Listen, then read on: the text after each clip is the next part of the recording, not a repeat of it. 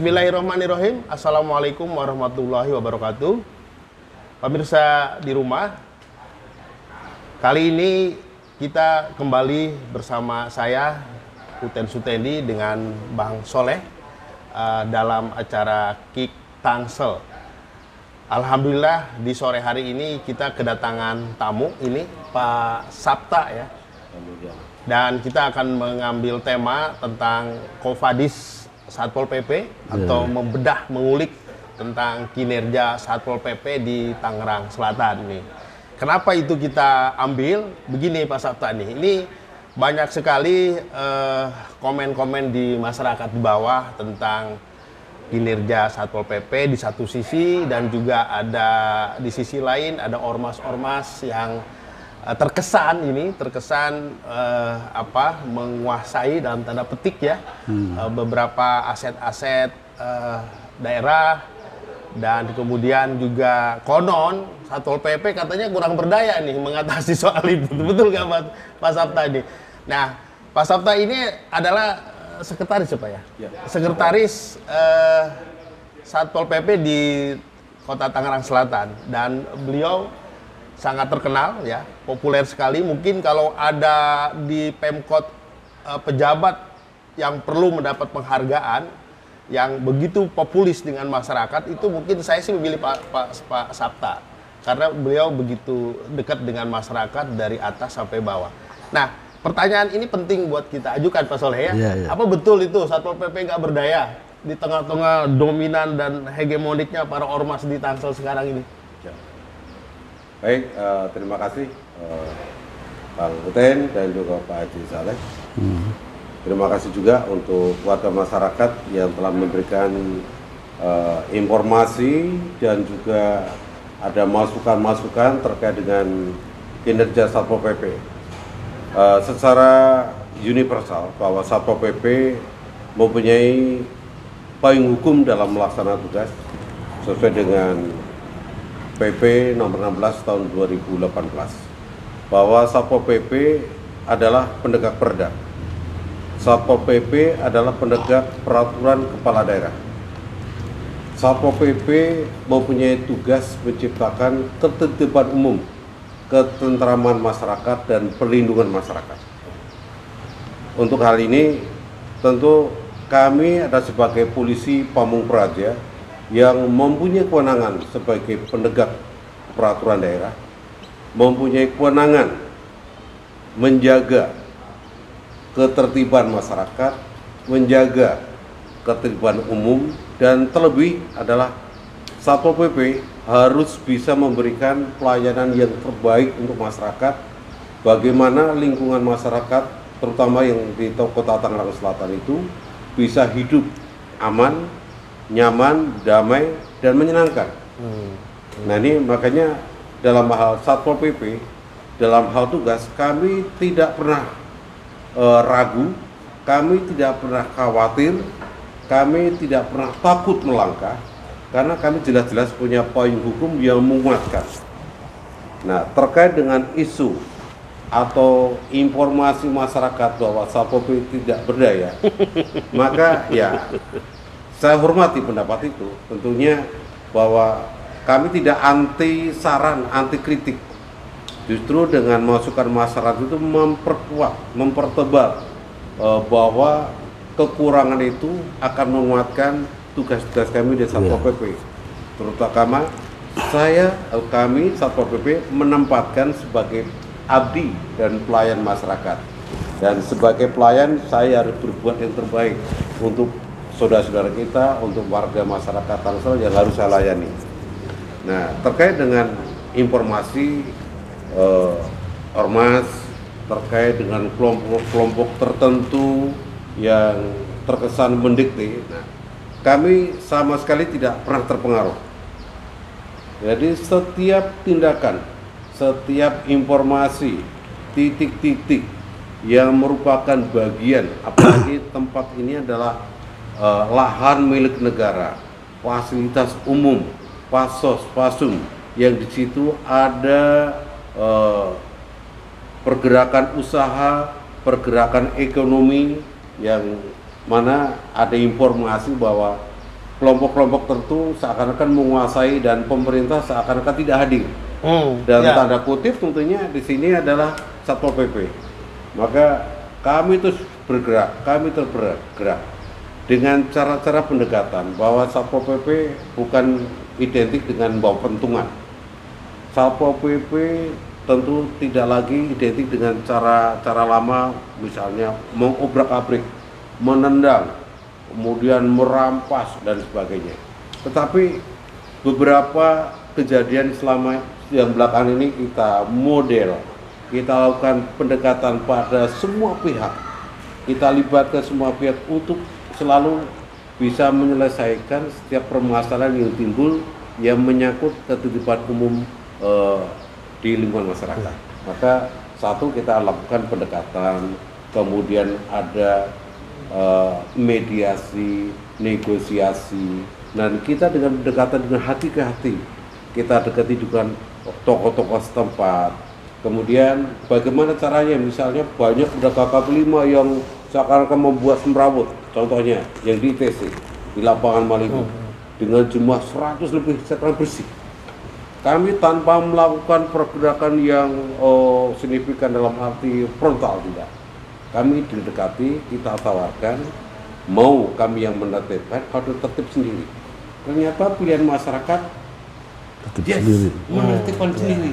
Dan itu salah satu bentuk pendekat kami ramah, humanis untuk bisa juga merangkul masyarakat. Karena pada prinsipnya para pedagang kaki lima ini bukan penjahat, tapi orang-orang yang memainkan ekonomi yang kebutuhan secara khusus, dia nggak punya tempat, memanfaatkan lahan umum, dan sah-sah aja bila mana itu diizinkan dan ada prosedur yang dijalani. Jadi kami tetap tidak pernah merasa tertekan, tetapi kami terus harus bagaimana, karena menindak itu harus ada solusi. Tuh. Begitu. Iya, saya kira konsepnya bagus sih Pak, normatifnya bagus nih. Menurut Pak Haji gimana itu kalau di lapangannya nih? Kalau dari narasinya sih asik banget tuh. Tapi isu-isu di luar ini kan misalnya ada beberapa lokasi yang tidak tersentuh, katakanlah kesannya kayak gitu. Pak Haji melihatnya seperti apa itu? Saya kira begini, memang dalam pelaksanaan Satpol PP di lapangan mereka cukup bagus. Iya. Tapi inilah bahwa misi, visi, tupoksi daripada Satpol PP ini harus dipahami betul. Karena masyarakat kebanyakan pada umumnya tidak mengerti sebenarnya tentang Satpol PP apa itu tupoksinya. Sehingga apa? Tindakan yang dilaksanakan oleh Satpol PP di lapangan kadang-kadang kena tidak pengertian daripada masyarakat melawan artinya. Itu kan itu. Makanya saya kira Pak Sapta, saya kenal Pak Sapta udah lama sekali, bahwa nanti ke depan saya kira perlu Satpol PP ini mengundang para tokoh masyarakat, tokoh ormas, tokoh ini memberikan penjelasan-penjelasan tentang tupoksi daripada Satpol PP itu sendiri, sehingga mereka paham bahwa ini memang tugasnya. Dan yang perlu dipahami Pak Sapa, harus diberikan pengertian kepada kawan-kawan juga petugas Satpol PP, bahwa misi ini adalah misi yang betul-betul strategis dan menentukan berhasil atau tidaknya pembangunan di daerah itu. Itu Satpol PP loh. Ya. Karena pelaksanaan daripada peraturan daerah itu, implementasinya itu Satpol PP yang mengawasi apakah itu bisa tercapai atau tidak itu. Iya. Nah, terutama tentang misalnya kalau mengawasi tentang UMKM dan lain sebagainya. Itu kan untuk menghidupkan masyarakat. Juga meningkatkan PAD, pengamanan di mall yang tadi diceritakan. Itu kan untuk pengamanan segala macam untuk meningkatkan PAD. Jadi kuncinya di sini berhasil atau tidaknya suatu pemerintahan di daerah, itu Satpol PP punya peranan besar sekali. Gitu kan. Iya, saya kira begitu memang. Tapi gini, ada beberapa kasus ya. Misalnya ada tempat-tempat tertentu ya. Saya sebutkan aja misalnya di Tangsel lah, ada Tandon misalnya, ada Jeletreng, ada Taman Kota. Itu kan ada aset-aset daerah yang sudah dibangun dengan modal miliaran, tetapi kurang berfungsi untuk masyarakat yang membutuhkan. Misalnya para seniman, budayawan, atau yang seharusnya mengisi infrastruktur yang sudah dibangun itu. Kenapa nggak bisa? Misalnya karena ada oknum-oknum, misalnya yang quote and quote menguasai lahan itu, misalnya gitu. Nah, orang di luar menganggap kok Satpol PP diam saja, misalnya gitu. Misalnya di Tandon deh misalnya, yang sudah dibangun demikian hebat gitu, tapi bayar parkir misalnya, orang ada banyak ngeluh, kok mahal parkir di situ gitu. Siapa sih yang ngatur parkir di situ? Nah, kira-kira gitu, gimana tuh Pak Sabta menanggapi beberapa kasus yang terjadi itu? Baik, itu masukan yang bagus karena apapun bentuknya, bahwa setiap warga negara, terutama masyarakat yang menggerakkan ekonomi, yang memainkan uang itu tentu harus berdampak pada daerah itu sendiri, terutama kepada PAD. Apapun bentuknya, bahwa apa yang dihasilkan oleh pemerintah harus bisa kembali kepada masyarakat. Jadi kalau ada pengelolaan parkir, pengelolaan objek wisata, pengelolaan tempat-tempat yang memang di situ memainkan peran ekonomi, itu tentunya berbalik juga pada kinerja Satpol PP memang. Setiap tindakan Satpol PP diharapkan juga berpengaruh pada PAD. Betul. Harus berpengaruh pada PAD. Nah, dalam konteks kasus tadi apa yang sudah dilakukan? Nah, kami sudah berusaha untuk menertibkan. Misalnya? Kemudian kita inventarisasi bahwa tempat-tempat itu sudah punya pemerintah dalam wali kota sudah menunjuk OPD dinas-dinas terkait untuk melakukan pengelolaan. Contohnya area parkir, dinas perhubungan. Tempat objek-objek wisata seperti Taman Kota 1, dinas lingkungan hidup. Kemudian Ciletreng, Taman Kota 2 itu masih dikelola. Nah, OPD tadi semestinya juga mengevaluasi bila mana ada hal-hal yang memang harus kami lakukan pendidikan. Ya. Tentu kami tidak serta-merta, kami tidak akan mengorbankan masyarakat begitu saja. Ya. Kami tahu bahwa masyarakat perlu kehidupan, masyarakat perlu kita lindungi. Nah, tindakan yang mau Pak Sabta lakukan apa? Ya, tentu yang pertama, apapun bentuk usaha harus melalui prosedur.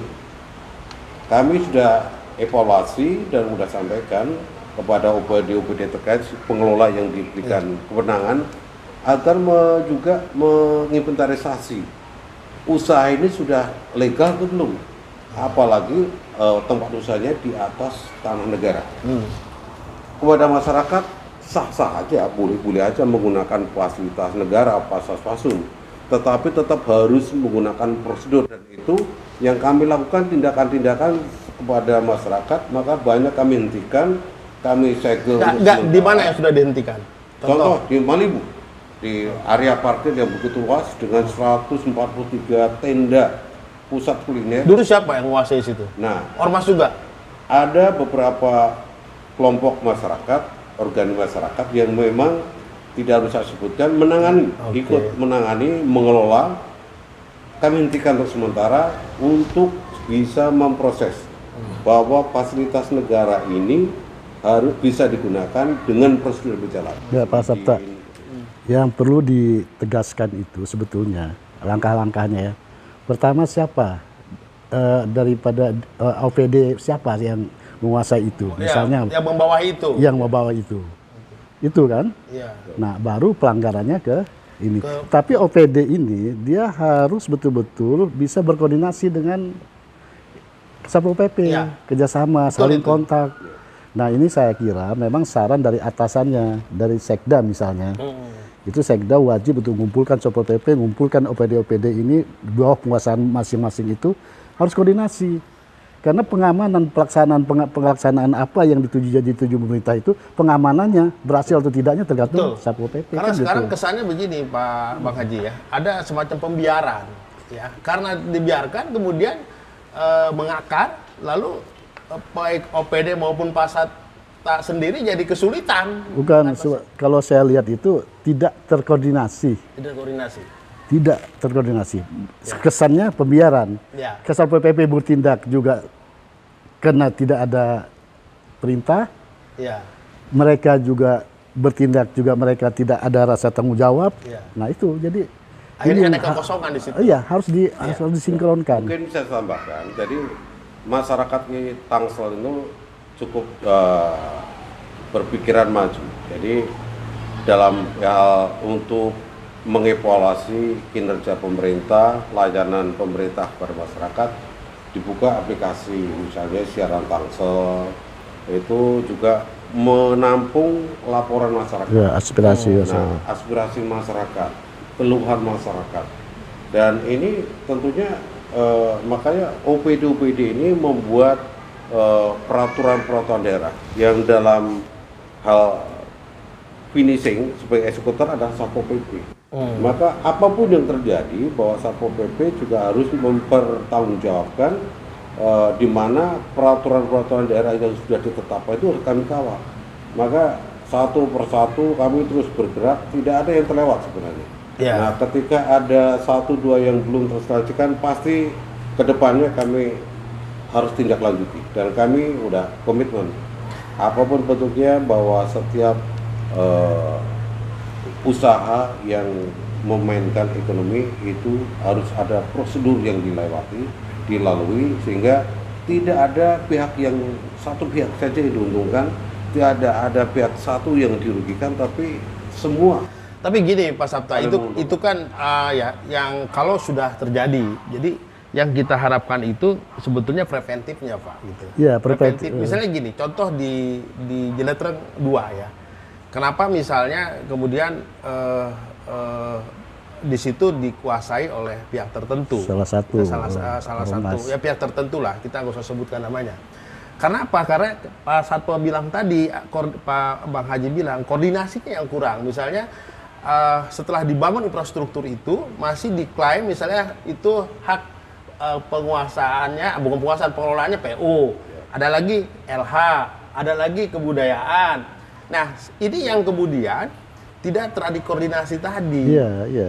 Terjadi karena kekosongan, kemudian seolah-olah negara dalam quote and quote kurang hadir di situ. Iya, sebetulnya itulah saya bilang. Jadi kalau wali kota terlalu itu ya. Iya. Jadi sekda yang membawahi OPD ini semua harus bisa memberikan pencerahan kepada masing-masing OPD ini semua. Setiap ada di Jeletreng, PU misalnya ya, PU dikoordinasikan. Harus ada formalnya. Iya. Nih, Satpol PP ini.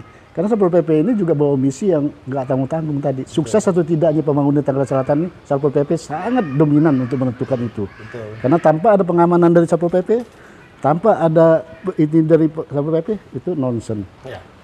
Ya, sebetulnya kita sore ini ngundang Pak AO ya, AO Reja, salah satu ketua Ormas ya dari Pemuda Pancasila. Ya, kita ingin juga ngobrol sama beliau tentang bagaimana memulai aktivitasnya menggerakkan anak-anak muda dibudidayakan di dalam memanfaatkan fasilitas-fasilitas yang ada. Ini bagus juga sih. Yeah. Cuman beliau berhalangan ya, mudah-mudahan di waktu yang lain bisa sempat hadir. Tapi maksud saya gini Pak Sapta, tetap itu harus ada proaktif dari Satpol PP untuk memberikan masukan-masukan kepada OPD-OPD maupun kepada wali kota agar aset-aset negara milik rakyat ini betul-betul dimanfaatkan sesuai tupoksinya gitu loh. Itu yang saya lihat belum terjadi. Dan Pak Sapta dari tadi kan bicaranya kan normatif nih. Tindakan yang dilakukan Pak Sapta itu untuk mengamankan aset-aset supaya tupoksinya jalan gitu, itu seperti apa? Tetap bahwa satu titik ya seperti tadi Jeletreng contohnya. Jeletreng dalam proses penyempurnaan titik-titik yang dalam proses pembangunan. Di sisi lain juga ada inventarisasi penataan nanti harus bagaimana dan ditempatkan di mana. Jadi ada OPD-OPD yang sudah menyiapkan strateginya. Maka begitu sudah ada penetapan, disitulah penetapan yang memang menjadi tanggung jawab Satpol PP untuk selanjutnya bisa mengawal apa yang sudah ditetapkan. Nah, sekarang ini dalam proses pembangunan dari ujung ke ujung, termasuk proses pengairan, penataan, trap-trap itu, yang nantinya tentu di dalamnya akan ada penataan di mana sentra kuliner, di mana yang boleh seseorang melakukan usaha perdagangan, tidak ada itu, jangan terkesan taman tapi jangan kumuh. Ya. Nah, jangan sampai nanti timbul. Jadi saya pikir kita tunggu. Saya pastikan bahwa penataan yang sedang diimplementasi oleh OPD terkait ini akan bisa menjamin kerapihan, ketertiban, suasana yang aman yang nyaman, dan Satpol PP akan bergerak melakukan penetapan yang sudah dipersiapkan. Kami adalah pelayan masyarakat. Kami harus menjamin bahwa masyarakat bisa menikmati tempat yang namanya taman itu membuat suasana yang beda dengan tempat yang lain. Ya, Pak. Minum dulu, santai aja dulu. Ya. Misalnya begini Pak ya, kita tetap melihat ormas itu sebagai aset, ya, sebagai SDM yang potensi daerah kita yang bisa diberdayakan dengan baik gitu. Apapun nama ormasnya gitu. Dengan cara apa? Misalnya dengan melatih life skill mereka gitu. Kalau mereka memang hobinya di parkir itu, ya kita harus dilatih bagaimana cara menjalankan tugas parkir di situ dan aturan yang jelas. Kalau mereka ingin menempati lahan-lahan strategis itu, baik itu mengisi ruang-ruang yang sudah dibangun pemerintah untuk kegiatan mereka, ya kita harus berikan satu aturan misalnya gitu loh. Atau dibuat semacam life skill yang lebih konkret buat pengembangan ini ekonomi mereka juga. Ya, yang pasti gini, sebetulnya ormas-ormas yang ada di Tangerang Selatan itu, Satpol PP ini punya kepentingan untuk merangkul mereka. Itu dia. Karena ormas-ormas inilah yang berada di tengah-tengah masyarakat. Jadi kalau Satpol PP merangkul mereka dengan memberikan mengedukasi mereka, memberikan pencerahan, memberikan visi misi tugas pokok Satpol PP kepada mereka, dan mereka juga harus membantu. Karena pada dasarnya seluruh ormas yang ada di Indonesia ini itu memang tujuannya baik. Iya. Nggak ada yang itu. Mereka ingin berpartisipasi membangun negara kita ini. Negara kita. Nah, Satpol PP, yang seperti saya ulangi lagi, Satpol PP ini paling dominan dan punya peranan penting dalam rangka untuk merealisasikan semua usaha-usaha, upaya-upaya, peraturan-peraturan yang ada di daerah.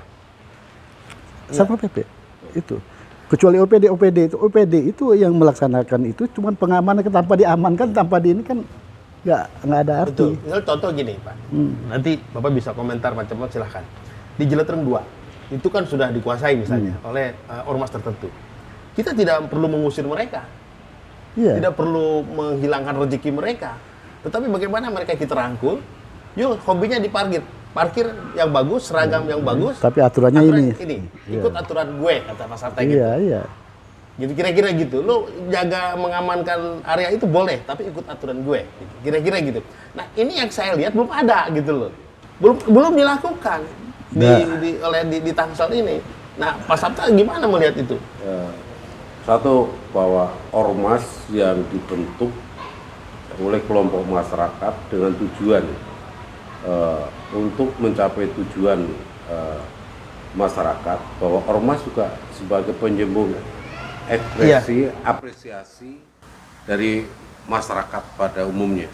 Nah, kami sudah koordinasi terutama dengan pihak Kesbangpol selaku lembaga atau yang memang badan punya fungsi memberikan pengawasan, pembinaan terhadap ormas-ormas yang ada.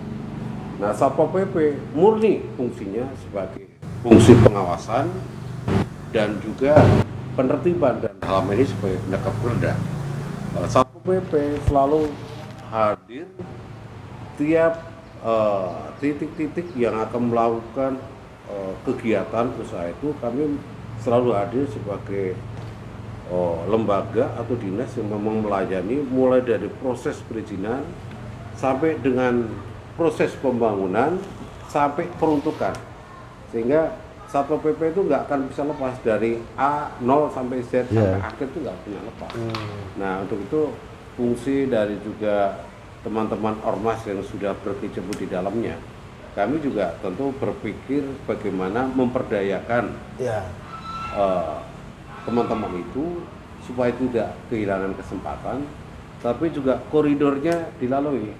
Nah, kami kan ya kita kadang-kadang berpandangan, masyarakat kita itu kadang-kadang kalau udah ada tindakan baru sadar. masyarakat tertentu kadang-kadang kalau dapat hukuman baru menyadari bahwa itu salah. Nah, unsur-unsur seperti ini adalah sebenarnya yang kami lakukan pendekatan-pendekatan. Jadi kami tidak seperti langsung frontal aja, maka titik-titik yang misalnya mengganggu masalah kami dekati tokohnya dulu. Tokoh masalah lingkungan itu tahu siapa dia dan bagaimana cara pendekatannya dan bagaimana kita sama-sama nyari solusinya. Jadi Kami gini, tidak Pak. pernah kelangkan. Iya, Kami Pak. berusaha untuk melakukan pendidikan karena bina lingkungan perlu saya lakukan dengan orang-orang yang memang memahami anak-anak ini, kelompok masyarakat ini, ormas ini, dan kami nggak pernah gentar, tidak Oke. pernah takut dan tidak pernah juga merasa silau dengan pergerakan mereka karena dia juga bagian dari orang-orang yang Masyarakat. wajib kami layani. Iya. Ya, gini, Pak. Wajib Iya. dibina. Jadi Pak Sabta, seperti awal tadi saya bilang, sebetulnya perlu koordinasi, perlu pencerahan kepada mereka. Nah, suatu saat nanti kumpulkan mereka bersama pemerintah ya untuk menjelaskan ini tugas kita memberikan pencerahan kepada mereka. Nah, ini saya kira harus diinisiasi dari pemerintah daerah Betul. untuk mengundang mereka, adakan satu pencerahan, memberikan penjelasan bagaimana tentang tupoksi Satpol PP, memberikan pengingatan historis daripada masing-masing itu. Semua itu ada historisnya kok. Kedua, saya kira pelatihan-pelatihan Pak, lab Iya, skill Pak. iya. Jadi misalnya lab skill, kalau dia fashionnya memang di parkir ya bagaimana Ya, parkir. dilatih tentang cara Iya. tata krama, mengatur ketertiban di situ. Kalau dia skillnya memang di proyek misalnya, bagaimana dia bisa dapat mengelola proyek yang baik gitu kan, dalam membuat tender dan seterusnya gitu. Sehingga dia perlahan-lahan akan naik gitu profesionalismenya gitu. Iya, itu iya. itu yang harus Dan bisa kerjasama. Jadi nggak saling bertabrakan. Dia mereka nggak salah paham dengan Satpol PP ketika suatu saat nanti Satpol PP turun. betul. Nggak salah paham. Mereka sudah paham itu tentang visi misinya Satpol PP, tupoksinya Satpol PP. Nah itu. Nah makanya pertanyaan saya ini sekarang gini, pengalaman paling sulit yang dihadapi Pak Sabta dalam menghadapi, katakanlah dalam tanda petik, dominasi atau hegemoni ormas itu di lapangan seperti apa itu? Ya, jadi Satpol PP itu saya pribadi selama tugas di Satpol PP mendapat julukan satu si Raja Tega. Teganya? Ya, karena kami Contoh-contoh. mau tidak mau harus melakukan yang tidak segenap dengan pikiran mereka. Contoh, kami harus menetapkan bangunan-bangunan liar yang ada di lokasi tempat strategis yang tentu di situ pemerintah dalam ini akan juga mengatur, menata lingkungan itu supaya menjadi indah, asri, kemudian juga bisa dinikmati oleh banyak orang, bukan hanya sekelompok masyarakat. Kami udah ingatkan 1 kali, 2 kali, sampai 3 kali kami melakukan penindakan. Ya, akhirnya kami didemo. Didemo oleh Oleh kelompok ormas itu. Ormas. Oke. lebih dari 200 berbondong-bondong menyerbu wali kota. Oke. Dan itu harus saya hadapi. Kami harus memberi penjelasan bahwa kami melakukan itu demi kepentingan umum, kepentingan masyarakat. Ya, untuk sesaat tentu ya. Di masa pandemi, bagaimana perihnya ekonomi yang semakin turun karena batasan-batasan waktu masyarakat melakukan usaha. Jam 8 harus tutup. Ada yang secara manusiawi ya nggak tega, tetapi saya harus lakukan. Ya, ya. Orang jualan nasi goreng, jualan mie, rebus dan sebagainya. Rata-rata orang pedagang itu kan menggunakan misalnya emperan kios, emperan ruko. Ruko baru tutup mungkin jam 5 tempat usaha. Dia baru bisa membuka usaha yang dia lakukan. Orang Indonesia makan rata-rata kan kalau jam 5:30 tanggung maghrib. Sesudah maghrib belum enak. Jam 7, 7:30. Kami lakukan penertiban, waktu saya lakukan beberapa kali itu dengan aturan jam 8 harus tutup. Waktu kami bergerak, menjual nasi goreng itu nasinya masih bulat utuh. Belum laku. Piringnya masih rapi, Bersih kering. bersih. Belum sama sekali laku sepiring. Terus Tapi harus saya tutup. Nah itulah raja teganya. Mau nggak mau harus saya lakukan. Iya, betul. Nggak, ketika menerapkan Raja Tega itu pernah ada tantangan langsung dari kekuatan tertentu? Ada, Misalnya? tentu ada. Ketika saya melakukan penindakan di suatu tempat, ada orang yang merasa diri sebagai pengamannya. Pengaman lingkungan? Gitu. Ya, pengaman titik yang saat Ya. kami tindak Oke, itu.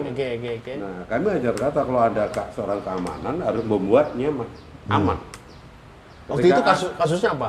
Ya, itu contohnya diindikasikan ada praktek prostitusi Oke. yang seakan-akan kami itu nggak tahu laporan masyarakat jelas, bukti-bukti jelas, lingkungan juga. Oke. Kami lakukan penyegelan. Oke. Nah, kami lakukan penyegelan, kami lakukan penindakan, kami tutup. Nah, ada pihak tertentu yang merasa bahwa dia hadir di dalamnya. Oke. Nah, walaupun itu sesama aparatur sebenarnya, saya tetap lakukan. Ya, kami tantang, Anda mau masuk jurang atau aman? Ditantang begitu? Ya, kami tantang, terpaksa kami harus tantang karena nggak sadar Dasar. dengan apa yang dilakukan.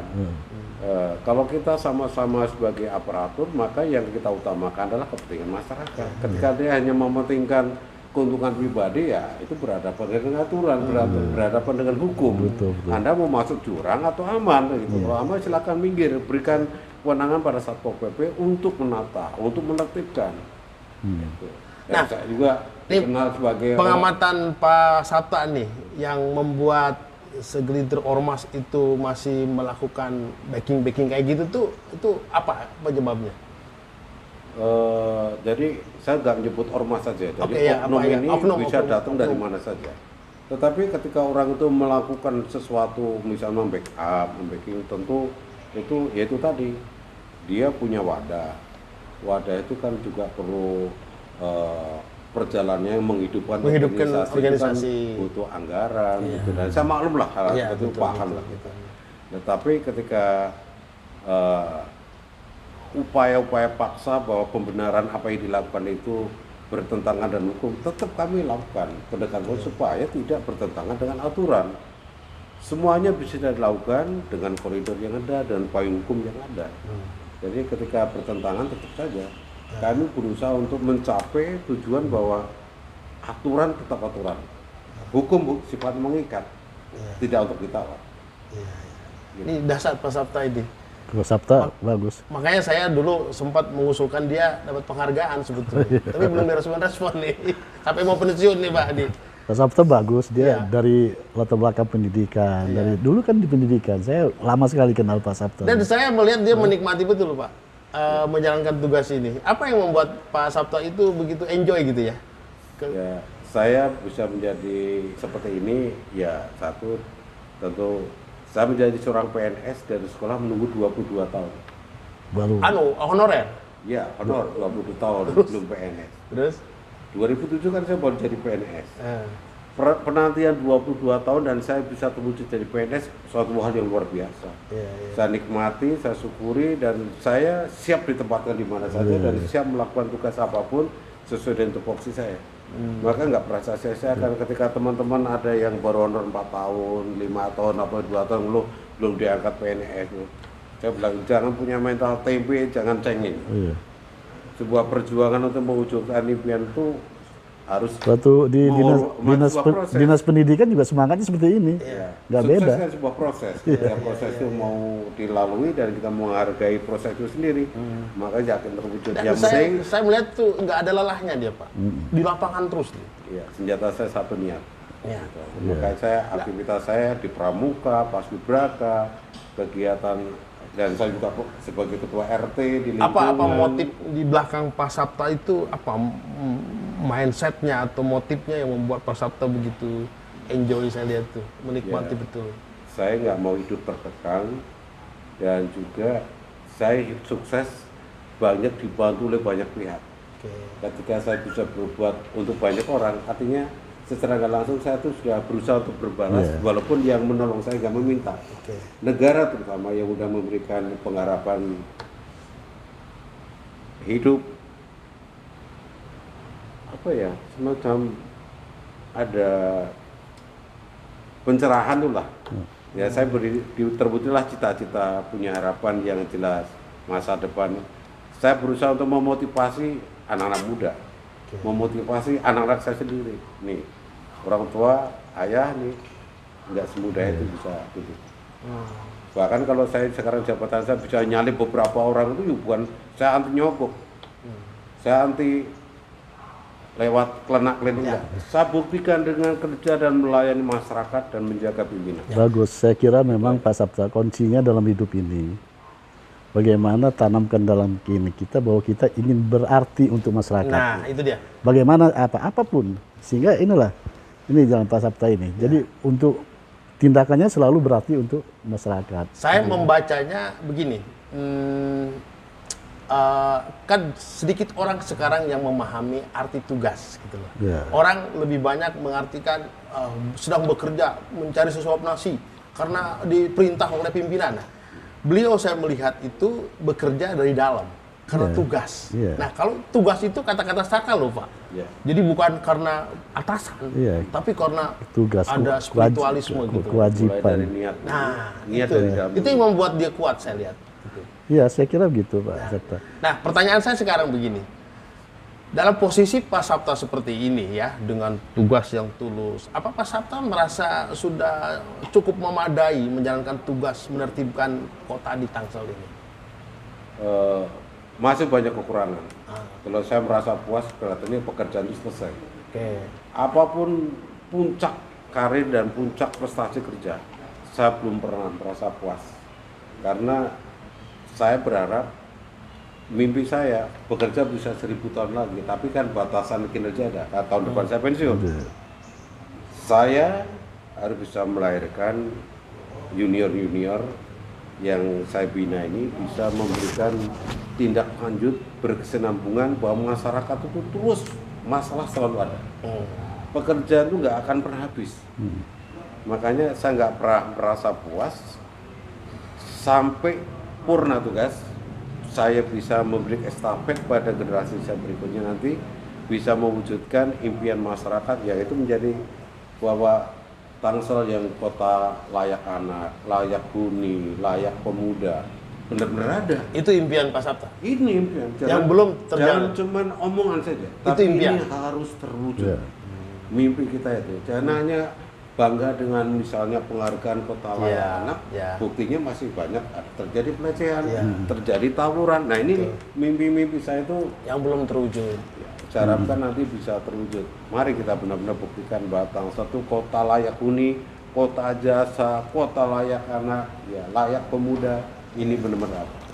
Nah, selama ini dukungan dari Pak Wali Kota kepada Pak Sapta dengan kinerja yang saya lihat sangat menonjol sekali dibandingkan dengan aparat yang lain. Tentu Wali Kota dalam hal ini sebagai pimpinan daerah tidak. Saya nggak merasakan bahwa saya punya perhatian khusus, enggak. Saya lakukan yang terbaik. Apakah saya dilihat, dievaluasi, itu monggo, itu kewenangan pimpinan. Yang jelas jangan sampai mengganggu pimpinan, jangan sampai merengek-rengek pada pimpinan. Saya pun nggak suka, tetapi bagaimana kita bekerja aja mendampingi pimpinan itu supaya ada bukti nyata bahwa seorang pemimpin yang mau udah berjanji untuk membangun, menyejahterakan masyarakat, saya bagian dari itu yang harus bisa membentengi. Dari sekian ribu pegawai ini, saya hanya satu bagian yang memang saya harus masuk, harus bisa membentengi, dan itu saya yakin kalau saya diperhatikan oleh pimpinan, itu adalah kewenangan pimpinan untuk menilai saya. Kalau saya belum layak, itulah alat pemilih saya. Saya nggak kecewa dinilai jelek, tapi justru saya akan lebih kuat lagi untuk bisa berbuat lebih baik lagi. Ya, Pak Sapta memang betul. Saya sangat apresiasi ya sama Pak Sapta ini tentang tugas-tugasnya dan pesanan tugasnya dengan diiringi niat tadi. Niat baik. Innamal a'malu binniyati, Pak Sapta. Apapun yang kita kerjakan kalau dengan dimulai dengan niat baik yang dari hati yang paling dalam, insya Allah itu akan ada keberkahan dan akan membawa positif nanti ke depan. Dan itu Pak Sapta, saya hanya mengingatkan aja sebelum kita akhiri barangkali nanti ya. Itu setelah ini cobalah diinisiasi untuk bagaimana caranya pertemuan antara Satpol PP dengan organisasi-organisasi kepemudaan apa dan lain sebagainya yang ada di Tangsel ini, stakeholder ini. Bagaimana supaya coba dikonsultasikan dengan atasan supaya itu bisa ini, dan kalau perlu libatkan dewan. Dewan menginisiasi pertemuan. Dan yang selama saya lihat itu koordinasi. Memberikan pencerahan kepada mereka LSM, organisasi pemuda. Ini loh tupoksi daripada Satpol PP. Tanggung jawab di sini. Satpol PP ini adalah polisinya negara. Itu kalau di polisi, kalau di negara ini polisi Republik Indonesia itu. Satpol PP ini polisinya daerah, pengamanan seperti itu, wali kota. Jadi itu. Ya, Pak Sabta kalau nggak salah berapa tahun? 2 tahun lagi? Ya pensiun? 1,5 tahun lagi. 1,5 November tahun 2023. pensiun itu waktu yang sebentar. Nah, waktu yang setahun lebih ini, kira-kira target Pak Sabta apa nih ke depan nih? Yang mau digunakan apa waktu yang berharga ini? Untuk ke depan sampai purna, tetap saya akan loyal, lakukan yang terbaik sesuai tugas yang dibebani pada saya. Saya nggak akan neko-neko kemana, saya fokus pada pekerjaan, karena saya nggak punya pekerjaan sampingan. Saya ada di luar kedinasan ini, sampingan saya sebagai penggerak pramuka, sebagai pengurus warcap, sebagai seorang pelaku pramuka, ya saya bekerja. Pramuka nggak ada pensiun ya, saya akan bisa berbuat lebih panjang lagi. Saya sebagai tim dalam Paskibraka juga terus berbuat, dan juga selama saya bisa berbuat pada masyarakat, ya maka saya udah bilang di lingkungan juga saya sanggup menjadi ketua RT karena saya ingin banyak berbuat lagi. Kalau misalnya dikasih waktu lebih panjang lagi, ya, untuk menertibkan kota ini misalnya, apa yang mau dilakukan? Ya, tentu apapun kedepannya harus lebih dari hari ini yang saya lakukan. Kalau hari ini sudah dinilai bagus, akan saya lakukan lebih bagus lagi. Ada misalnya salah satu masalah tertentu yang greget Pak Sabta belum diselesaikan, misalnya apa? Ya itu tadi yang saya sampaikan bahwa masyarakat kita perlu ada pendekatan khusus dengan cara-cara bagaimana bahwa peraturan yang sudah ditetapkan, peraturan daerah yang sudah ada, bisa diterima masyarakat tanpa ada unsur paksaan tapi dengan kesadaran. Saya kira coba pergunakan waktu ini bagaimana untuk merubah mental daripada organisasi kemasyarakatan dan Satpol PP seperti apa. Nah itu koordinasi tadi saya bilang. Kalau memang itu koordinasi, dan itu merupakan suatu tanda ininya nanti bagi Pak Sabta ke depan. Karena selama ini tidak pernah itu. Jadi selama ini kan jalan sendiri Pak. Itu Satpol PP jalan sendiri, ormas jalan sendiri, dan masyarakat itu. Dan itu kan kurang sosialisasi. Jadi coba diinisiasi oleh Pak Sabta supaya bagaimana untuk rapat koordinasi antara itu, baik menjelaskan tentang perda, terus menjelaskan tupoksi, dan mereka juga undang sesepuh-sesepuhnya ormas itu supaya memberikan pencerahan kepada orang-orangnya yang ada di Tangerang Selatan. Di waktu-waktu terakhir Pak Sabta mau saya kira itu yang harus dilakukan. Nah itu nanti itu menjadi kenangan. Kalau nanti pada suatu saat nanti ke depan itu Pak Sabta sudah pensiun, masyarakat tidak lagi ada yang mau demo kalau diambil tindakan, itu tidak lagi LSM mau demo kalau ada pelarangan dan sebagainya, itu saya kira. Kalau masalah kayak demo, kemudian tidak terimanya kelompok tertentu itu nggak akan pernah habis. Selama dunia ini masih berlangsung, aspirasi dan juga keinginan masyarakat untuk lebih baik lagi itu pasti ada. Maka niat kita ya sebagai aparatur pasti ingin merubah lebih baik.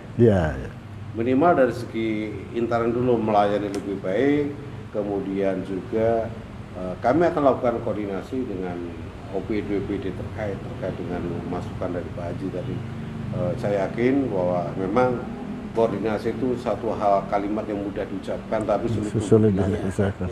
Jadi maka senjata seseorang untuk mengucapkan itu mudah, tapi insya Allah saya akan berusaha semaksimal mungkin berinteraksi dengan pihak-pihak terkait, dengan pihak Ekpampol, kemudian juga dengan dinas-dinas yang memang berkompeten untuk membina generasi muda dengan dispora, dengan dinas sosial, dengan karang tarunanya, kemudian juga dengan pihak-pihak lain, itu pasti kami melalui gerakan pramuka pun juga kelompok-kelompok ini mudah-mudahan nanti bisa edukasi diangkat lah, perubahan menuju kebaikan.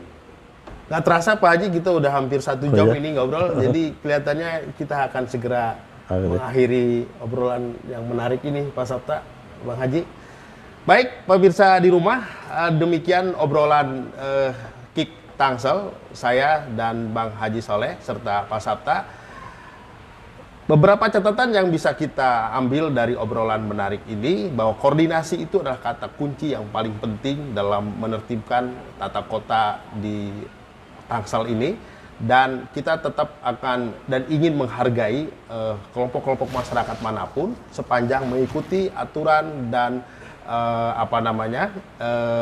aturan dan memenuhi persyaratan-persyaratan yang diperlukan oleh pemerintah, sehingga kita sebagai warga kota hidup tertib, aman, bersaudara, damai dan sejahtera bersama-sama. Terima kasih, saya Uten Sutendi dan Bang Soleh. Selamat sore dan sampai jumpa di Kick Tangsel berikutnya. Assalamualaikum warahmatullahi wabarakatuh. Waalaikumsalam.